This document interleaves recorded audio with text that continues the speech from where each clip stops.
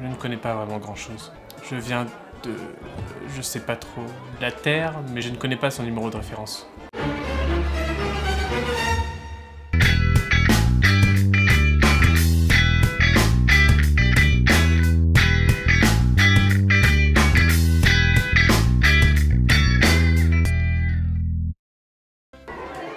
Oui? Faites donc, hein. Vous me parlez à moi? C'est vous? C'est bien vous?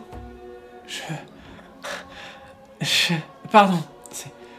Je suis tellement content de vous voir. Quand je me suis réveillé à l'hôpital, vous aviez disparu. Pardon. Merci de m'avoir sauvé. Pardon. C'est toujours dur de repenser à ce jour. Les Practors, j'en fais toujours des cauchemars. En tout cas, c'est très gentil de passer me voir. Ah, vous travaillez ici? Vraiment? Vous êtes dans la sécurité, c'est ça? La programmation? C'est surprenant que vous soyez juste informaticienne, avec tous les pouvoirs que vous avez. Ah, c'est du mi-temps. Je comprends. Ah. Quoi? Ça? Je ne connais pas le nom exact, ça. C'est une sorte de console de jeu téléphone. Une super collègue me l'a trouvé sur un monde qui ressemble au mien. Là, je jouais à un RPG qui ressemble un peu à Final Fantasy VII. L'histoire est proche, mais le gameplay ressemble plus à un Dragon Age. 2? Ça parle de quoi? Je l'ai pas encore fini. Final Fantasy VI? Un résumé? Eh bien, oui, pourquoi pas? Vous avez combien de temps devant vous? Je vais essayer.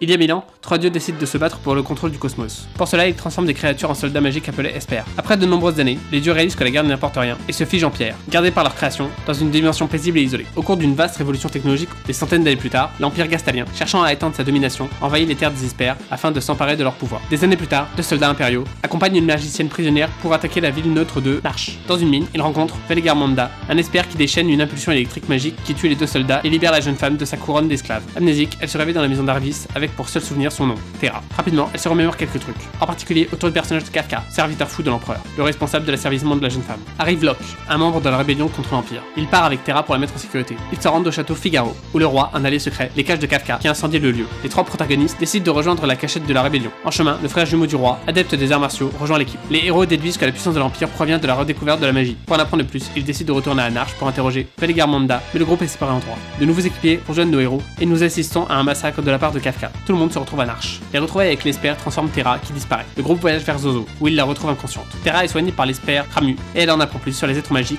et leur réalité dans laquelle ils vivent loin des humains qui les menacent. L'équipe récupère un aéronef et s'envole vers Vector, la capitale de l'Empire. Après avoir infiltré la ville, Terra retrouve la mémoire et révélation. Elle est en fait à moitié humaine et à moitié Esper. Le groupe se rend au lieu d'accès du monde des Esper pour leur demander leur aide contre l'Empire. Mais Kafka les attend. Il a l'intention de capturer des Esper pour accélérer les recherches de l'Empire sur la magie. Mais rien ne se passe comme prévu, car une armée d'êtres magiques quitte leur monde et attaque la capitale. Face au massacre, l'empereur propose la paix, mais c'est un piège, et Kafka élimine beaucoup d'Esper. Avec le monarque, il découvre les 3 dieux dans la pierre, mais l'action du fou déstabilise le monde. L'empereur réalise le danger et tente de tout arrêter, mais Kafka le tue. Le clown provoque alors une apocalypse. Devenu un dieu de la magie, le sociopathe réagence le monde. Il faut une année à nos héros pour se regrouper, chacun ayant vécu sa vie dans l'intervalle. Ils se rendent dans la grande tour de Kafka, qui remplace Vector, la capitale, pour le vaincre. Pour cela, il leur faudra combattre les 3 divinités, ce qui signifie mettre fin à la magie. Finalement, le groupe s'oppose à Kafka. La victoire est pour eux et le monde est libéré de la folie du clown. La magie disparaît, mais Terra, étant à moitié humaine, demeure avec ses amis.